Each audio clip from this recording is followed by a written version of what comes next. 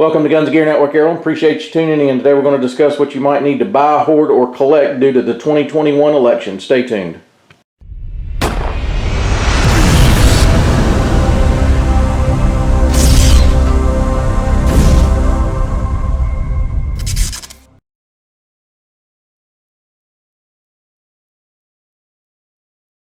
Welcome back, guys. Appreciate you tuning in. So today we're going to discuss kind of junk on the bunk kind of discussion about obviously the 2021 election, which is possibly going to cause us some issues in the Second Amendment community, and my thoughts on what you might need to consider buying, collecting, hoarding, whatever.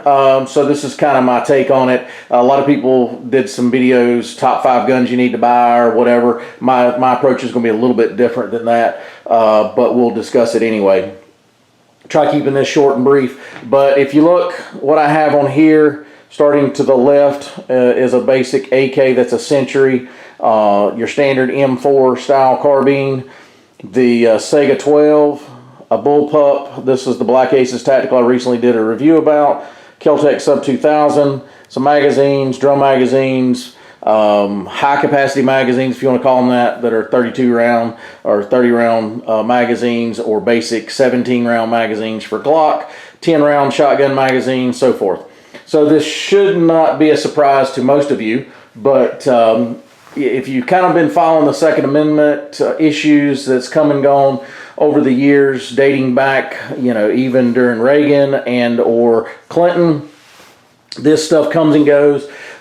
We have price increases, we have low availability, all kinds of things.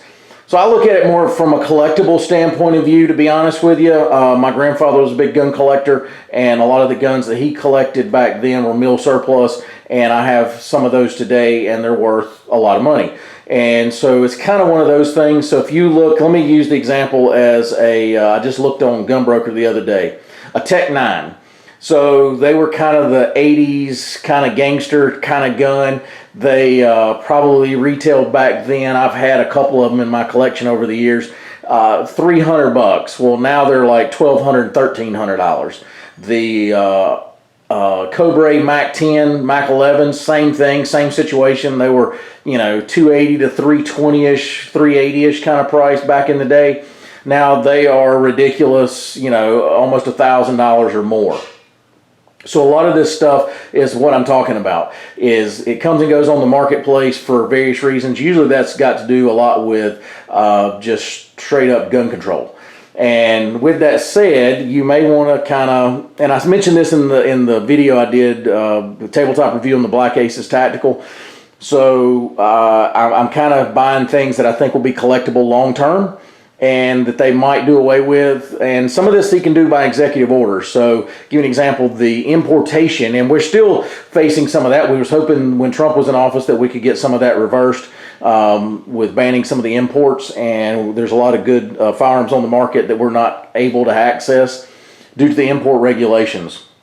So some of the other import regulations you're going to talk about is like this Black Aces Tactical and all these cool AR style or bullpup style shotguns that are coming out of Turkey. That may be an issue. Again, the Sega style shotguns, that's been off and on the radar for years. Your M4 type stuff, at least with the standard capacity magazines. So you need to be buying magazines. And today magazines are plentiful. I say plentiful, they're at least available, and the price has not gone up, considering back when the assault weapons ban, the reintroduction of that during the Obama days. If you remember, magazines, a standard Magpul magazine was selling as high as $40 and $50 a piece. I can go to my local gun shop, he's got plenty, they're $12.38 for Gen 2s. So just keep that in mind. I would probably consider that. That's one of the things that they seem to think that they can get past, and they go after quite a bit, is the quote-unquote high-capacity magazines. So they're trying to get this 10-rounder. I remember back during the Clinton days when they were shipping all these guns with 10-round magazines, and they're still around. Matter of fact, I've got a couple of those 10-round magazines. If it had the standard capacity, which the firearm called for, they were stamped, law enforcement, military use only. I've got some of those around. So again, drum magazines, I've never been a fan of drum magazines. Very few of them actually feed worth a crap, but I've bought a bunch lately just to have them. Probably never use them. It's like I said, it's a range toy kind of, gimmick at best. I just soon make a magazine change. I can shoot pretty fast anyway, so it's no big deal to me. But obviously we see what's going on with ammo prices. That's ridiculous. You're paying as high as 70 cents to $1 a piece for Wolf and those steel cased ammos in 223. 5.56, I'm sorry, in 7.62 by 39, it's still a little cheaper, but all this ammo is drying up. It's hard to get. 380 ammo has gotten over $1 a round in most cases. It's just crazy. So if you're not prepared, you didn't prepare prior to this new administration coming in, you're going to pay the price, but it's sometimes worth the price for admission, as they say, to try getting some of this stuff that may soon be even worse to get, or prices go even crazier. So I'm just kind of giving you a heads up, my thoughts on it, what I think you should do. If you noticed a lot of accessories, if you guys are paying attention, some of these restrictions on China and things, and restrictions within the retail segment. So in other words, on eBay, Amazon, places like that, you don't see a lot of accessories for guns anymore, especially any kind of quote unquote, I say this loosely, assault weapons. So AK, AR, any of that type accessories are really hard to find. And you're having to now go to your general Second Amendment style stores, Midway USA, Brownells, just name whichever one you prefer to shop at, to buy your accessories now, which I think is a good thing in some ways. It makes it, they're still available, but they're not as plentiful. They're not as cheap as they used to be, because a lot of times the Chinese stuff flooded into the market. But there's plenty of good stuff out there, reasonably priced, and so forth. But they're going to try going after a lot of this stuff, and some of it's just caused because of like the accessory side, for instance. Some of it's just the market. It's just the way the markets have worked, and restrictions or whatever. It has nothing to do with the Second Amendment type restrictions. It's just with the tariffs and things like that. And Trump was very aggressive against China on tariffs, and also with intellectual property rights, which a lot of these people were getting faked or copied. And so some of that kind of played a part, I think, in doing away with some of the copy stuff that you see. But Amazon, very few accessories for this type of stuff. eBay, same way. Used to be flooded with it. You can find it everywhere. It's not there anymore. So you're having to search a little different, things like that. But anyway, guys, Junk on the Bunk, just kind of want to show you a few things, what I think that they're going to really go after, that if you wanted it in your collection to have. I have a son that I would like, just like my grandfather passed stuff along to us, after he passed away, I would eventually like my son to have a nice collection of things. And I'm just starting to buy up a few things that I think extra, that either I might have had some already and I'm going to buy some more, or vice versa. I might have been, it's like this Black Aces Tactical. I did not have a bullpup shotgun, wanted one to put in my collection, so I bought this one.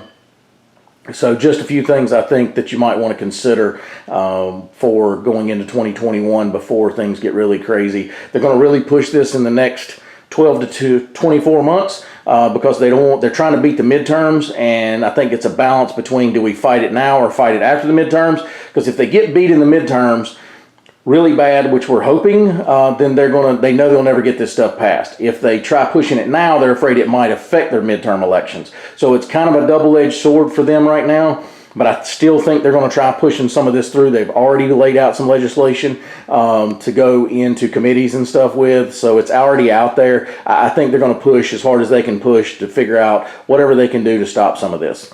But anyway, guys, appreciate you tuning in. Like your feedback, if you could post that, what your thoughts are, maybe some specific items, specific weapons, guns, whatever. Look for the import stuff. That's where I think they're going to be able to do the most damage, is anything that's imported.